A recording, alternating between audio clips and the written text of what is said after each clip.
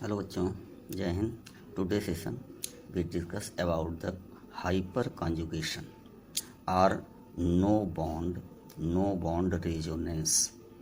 ध्यान दें बच्चे लोग, इसी को और एक कहा जाता है जिसे हम बेकर एंड नाथन इफेक्ट भी कहते हैं। Nathan effect. तो हाइपर कॉन्जुगेशन और बेकर नाथन इफेक्ट और नो बॉन्ड रेजोनेंस। तो जरा देखिए इसमें क्या होता है। कंडीशन ये होनी चाहिए बच्चों कि delocalisation of electron which takes place by the overlapping between, ध्यान दें बच्चे लोग, इस pi orbital carbon and sigma orbital of hydrogen. जब पाई ऑर्बिटल जो sp2 हाइब्रिडाइड होता है बच्चे लोग, पाई ऑर्बिटल ये होना चाहिए sp2 हाइब्रिडाइड, और जो हाइड्रोजन है सिग्मा ऑर्बिटल का वो हर समय sp3 हाइब्रिडाइड होना चाहिए। ये कंडीशन होनी चाहिए। तो जब ये कॉन्जुगेशन तो पहले से ही रहता है, फिर हाइपर कॉन्जुगेशन हो, जैसे यहाँ पर देखो, अब यहाँ पर अगर इसको ऐसे डाइस कर दो, डबल बॉन्डेड जहाँ पर है, अब देखो ये भी आपका sp2 हाइब्रिडाइड है, ये भी आपका sp2 हाइब्रिडाइड है, और इससे लगा हुआ कोई एक एल्किल ग्रुप है जो कि ऑलरेडी sp3 हाइब्रिडाइड है। अब इसमें जो हाइड्रोजन लगा होता है बच्चे लोग, ये अल्फा कार्बन होता है, इसे अल्फा हाइड्रोजन कहते हैं। ये भी आपका अल्फा हाइड्रोजन हो जाएगा, ये भी आपका अल्फा हाइड्रोजन हो जाएगा। तो कंडीशन होनी चाहिए कि पहली बात तो अगर इसका ऑर्बिटल को देखो तो यहाँ और यहाँ पर पाई बॉन्ड बना हुआ है, और इसमें अगर आप देखिए तो ये अल्फा कार्बन है, इससे 3 अल्फा हाइड्रोजन लगे हुए हैं। अब होता यूँ बच्चे लोग, हाइपर कॉन्जुगेशन का मतलब होता है डीलोकलाइजेशन बिटवीन, ये आपका कौन सा है, सिग्मा पी ऑर्बिटल। ये कौन सी ऑर्बिटल है बच्चे लोग, ये पाई पी ऑर्बिटल है। तो बस पाई पी ऑर्बिटल का सिग्मा पी ऑर्बिटल के साथ पुनः कॉन्जुगेशन ही हाइपर कॉन्जुगेशन होता है, जिसके कारण ये हाइड्रोजन ये प्लस के रूप में होता है, ये इलेक्ट्रॉन को इधर देता है तो डबल बॉन्डेड हो जाता है। जैसे आप देखिए, तो अगर आप देखिए तो जब ये इलेक्ट्रॉन टूट करके बच्चे इस पर जाएगा तो ये बॉन्ड टूट करके इधर आएगा, तब ये हाइड्रोजन जो है H+ के रूप में यहीं पर रहता है, इसके मध्य कोई बॉन्ड का फॉर्मेशन नहीं होता, इसीलिए इसे नो बॉन्ड रेजोनेंस भी कहा जाता है। तो डीलोकलाइजेशन का रेजोनेंस हो रहा है बच्चों, और यहाँ पर देखिए हाइड्रोजन और इस कार्बन के साथ कोई भी बॉन्ड का फॉर्मेशन नहीं होता है, इसलिए इसे नो बॉन्ड रेजोनेंस भी कहते हैं। अब इसमें इसके लिए देखना पड़ता है कि कंडीशन होनी चाहिए बच्चे लोग। कंडीशन नंबर 1 देखिए, ये है कि ये sp3 हाइब्रिडाइड है, सिंगल बॉन्ड से लगा हुआ है, और यहाँ पर देखो ये आपका sp2 हाइब्रिडाइड, ये आपका sp2 हाइब्रिडाइड है, ये आपका sp2। अब इसको ज्ञात करने के लिए करें क्या बच्चे लोग, ये एल्कीन में पाया जाएगा, या तो sp2 हाइब्रिडाइड कार्बोनियम आयन पाया जाता है, या तो फ्री रेडिकल पाया जाता है। तो 3 में हाइपर कॉन्जुगेशन तो पक्के होते हैं। चूँकि ये सिस्टम है कि यहाँ पर ये कार्बन जो है तभी पी ऑर्बिटल रखेगा, सिग्मा पी ऑर्बिटल। अब इसमें जो ऑर्बिटल होगी बच्चे लोग उसे पाई पी ऑर्बिटल कहते हैं, और इसमें भी जो खाली पड़ी होगी उसमें भी पाई पी ऑर्बिटल है, इसमें भी पाई पी ऑर्बिटल है। तो यहाँ पर पाई पी ऑर्बिटल का अल्फा कार्बन के हाइड्रोजन के साथ फिर हाइपर कॉन्जुगेशन ही हाइपर कॉन्जुगेशन। अब देखो बच्चों, ये 3D में होता है तो ये ऑर्बिटल इसके साथ भी हाइब्रिडाइज करते। तो अगर आप इसका स्ट्रक्चर को देखिए तो ये बदला सा नज़र आएगा, यहीं पर देख लीजिए। अब यहाँ पर जब होगा ये कार्बन, तो ये कार्बन जो है हाइड्रोजन पहले तो ऐसे ही हैं, लेकिन ये हाइड्रोजन जो पॉजिटिव इलेक्ट्रॉन दे चुका है, इसके बीच में कोई बॉन्ड का फॉर्मेशन नहीं बच्चों। इसके बाद डबल बॉन्ड है, सी है। अब चूंकि ये इलेक्ट्रॉन ले लिया है इसलिए नेगेटिव चार्ज हो गया है, और बस इसी घटना को हाइपर कॉन्जुगेशन कहते हैं। अब इसके साथ भी यही घटना हो सकती है, इसके साथ भी यही घटना हो सकती है। तो जितने भी अल्फा हाइड्रोजन ही बच्चे लोग नंबर ऑफ हाइपर कॉन्जुगेशन कहलाता है।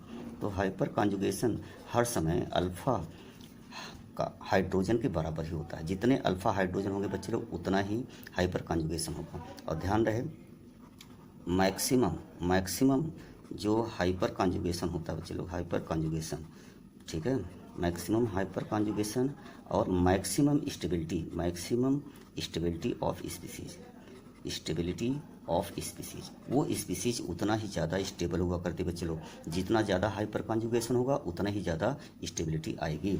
अब इसमें देखिए ये बहुत इंपॉर्टेंट है बच्चे लोग, इसी ये कॉन्जुगेशन होगा तो हाइपर कॉन्जुगेशन पाया जाएगा। पहली बात तो sp2 हाइब्रिडाइज्ड कार्बन हो और उससे लगा हुआ कोई एल्किल ग्रुप हो जो sp3 हाइब्रिडाइज्ड हो।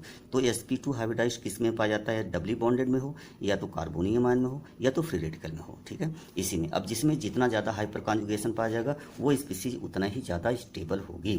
ठीक है, तो यही घटनाएं हाइपर कॉन्जुगेशन कहलाती है बच्चे लोग, और इसके लिए ये कंडीशन का होना बहुत ज़रूरी है। ठीक है, तो number of alpha hydrogen he number of hyper conjugation है, और maximum hyper conjugation maximum stability होती है, याद रखिएगा।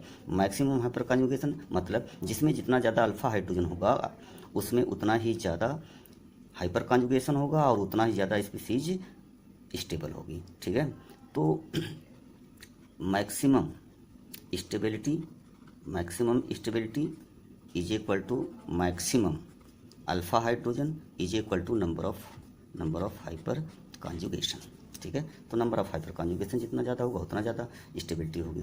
तो हम हाइपर कॉन्जुगेशन का नंबर कैसे ज्ञात करते हैं, अल्फा हाइड्रोजन को। जैसे अब इसको हम एक इसके एप्लीकेशन में डाल रहे हैं, जरा इधर देखो। फर्स्ट ऑफ ऑल तो हम देखेंगे इसका एप्लीकेशन में एल्कीन। तो एल्कीन में बच्चे लोग देखो, ध्यान दीजिएगा। अब इसके एल्कीन में देखो, अगर आपको अल्फा हाइड्रोजन को पता करना है तो पहले जो डबली बॉन्डेड है उसको सर्किल कर दो। ठीक है, तो इसको हमने कर दिया सर्किल। अब ये कार्बन sp2, ये भी sp2 हाइब्रिडाइज्ड है। ठीक है, इसके बगल में देखो ये अल्फा कार्बन है, अल्फा कार्बन से 2 हाइड्रोजन जुड़े हैं, देख रहे हैं ना। तो इसमें अल्फा हाइड्रोजन की संख्या 2 है, अतः इसमें 2 हाइपर कॉन्जुगेशन पाए जाएंगे। ठीक, और इसमें इसको गोला कर दो, ये लो।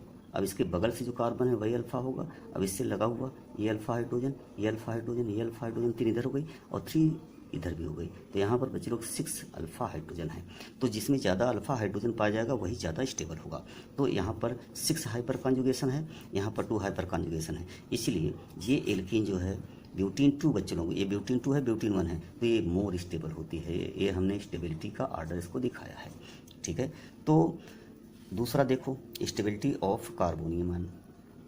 कार्बोनियम आयन को देखो बच्चों, तो ये भी कार्बन sp2 हाइब्रिडाइज्ड है, ये भी कार्बन sp2 हाइब्रिडाइज्ड है, ये भी कार्बन sp2 हाइब्रिडाइज्ड है, ये भी sp2 है। अब इसमें पाई p ऑर्बिटल होगी, पाई p ऑर्बिटल इसमें भी होगी, पाई p ऑर्बिटल इसमें भी होगी, पाई p ऑर्बिटल इसमें भी होगी, पाई p ऑर्बिटल इसमें भी होगी। अब ये बगल, अब इसमें तो कोई पाई p ऑर्बिटल यहाँ पर 0 है, क्योंकि अल्फा हाइड्रोजन तो है ही नहीं है। ठीक है, तो इसको अगर गोला करिए तो गोले से जो कार्बन लगा है वो अल्फा कार्बन है, अल्फा कार्बन से जो हाइड्रोजन लगा होता है तो वो अल्फा हाइड्रोजन होता है। यहाँ alpha hydrogen is equal to 0 बच्चों। तो यहाँ पर देखिए, अब इसको अल्फा हाइड्रोजन खोजना है तो अल्फा, इसको गोला कर दो जहाँ पर p ऑर्बिटल है। इसके बाद यहाँ पर देखो 3 लगा है, तो इसमें अल्फा हाइड्रोजन की संख्या बच्चों 3 है। ठीक है, ये अल्फा हाइड्रोजन नहीं है क्योंकि ये तो sp2 हाइब्रिडाइज्ड से जुड़े हुए हैं। अब यहाँ पर देखिए, अब इसको कर दो गोला। ठीक है, सिग्मा p ऑर्बिटल कर दो गोला, और इसके बाद जो यहाँ कार्बन लगा यहाँ पर 3, तो यहाँ है 3 हाइड्रोजन इधर है, 3 हाइड्रोजन इधर, 3 हाइड्रोजन इधर है। तो अल्फा हाइड्रोजन की संख्या इसमें कितनी बच्चों 6 है। इसी तरह से यहाँ पर देख लो, इसको कर दो गोला। ठीक है, तो इससे लगे हुए कार्बन से जो हाइड्रोजन लगी है वही अल्फा हाइड्रोजन होगी। तो यहाँ अल्फा हाइड्रोजन की संख्या कितनी है 9। तो इसमें 9 हाइपर कॉन्जुगेशन, 6, 3 इसमें 0। तो सबसे ज़्यादा ये स्टेबल होगा, उससे कम ये स्टेबल होगा, और सबसे कम स्टेबल होगा। ठीक है, तो स्टेबिलिटी का आर्डर देखो कितने ईजी से निकल रहा है।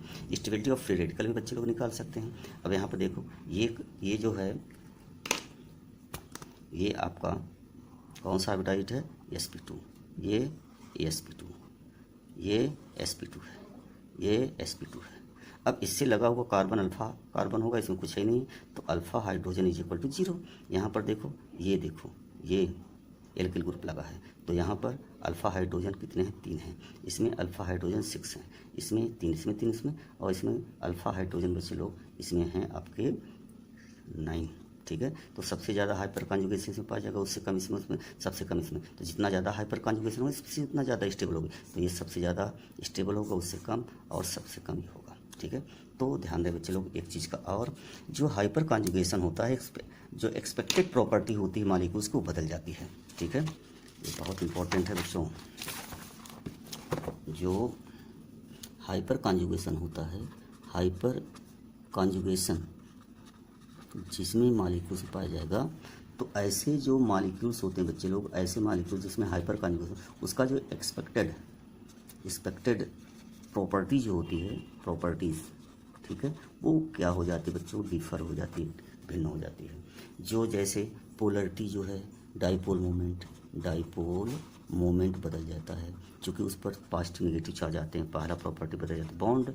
बॉन्ड ऑर्डर बदल जाता है बच्चे लोग, बॉन्ड ऑर्डर चेंज हो जाता है, ठीक है। तो ये सब मॉलिक्यूल्स की जो कुछ, और उसका जो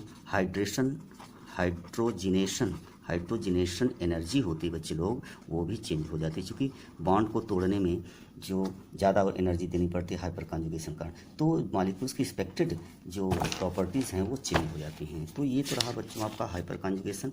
तो हाइपर कॉन्जुगेशन उसी में पाया जाता है जिसमें अल्फ़ा हाइड्रोजन हो, और ये मतलब कि sp3 हाइब्रिडाइज्ड जो ऑर्बिटल है उसकी हाइड्रोजन और sp2 हाइब्रिडाइज्ड की सिग्मा p ऑर्बिटल के मध्य ओवरलैपिंग होती है। देखो ये हमने दिखाया है, यहाँ पर ये दिखाया है, ठीक है। तो बस इन्हीं का, अब ये ऑर्बिटल इसके साथ होगा, ए ऑर्बिटल इसके साथ भी, ए ऑर्बिटल इसके साथ भी, तो जितने ऑर्बिटल करेंगे, लेकिन इसमें बॉन्ड का फॉर्मेशन नहीं होता बच्चों, इसीलिए इसको नो बॉन्ड रेजोनेंस भी कहा जाता है, क्योंकि जो हाइड्रोजन यहाँ पर आ रहा है इसके बीच में कोई बॉन्ड का फॉर्मेशन नहीं होता।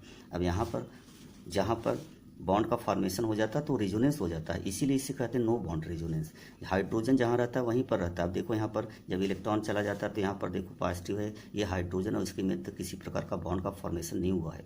इसी प्रकार से ये भी हाइड्रोजन आएगा, ये भी हाइड्रोजन होगा, और यहाँ पर देखो पोलरिटी डेवलप हो रही है, जिसके कारण डाइपोल मोमेंट बदल रहा है। और यहाँ पर बच्चे लोग देखो, पहले तो यहाँ पर सिंगल बॉन्ड था, अब ये डबल बॉन्ड हो गया, देख रहे हो ना। तो बॉन्ड ऑर्डर भी बदलता रहता है, और इसी कारण इसकी एक्सपेक्टेड प्रॉपर्टी जो होती है वो बदल जाती है। तो बस आज यहीं तक। वीडियो अच्छा लगा तो बच्चों लाइक करना, शेयर करना, ठीक है, और मिलते हैं अगले वीडियो में। Thank you very much.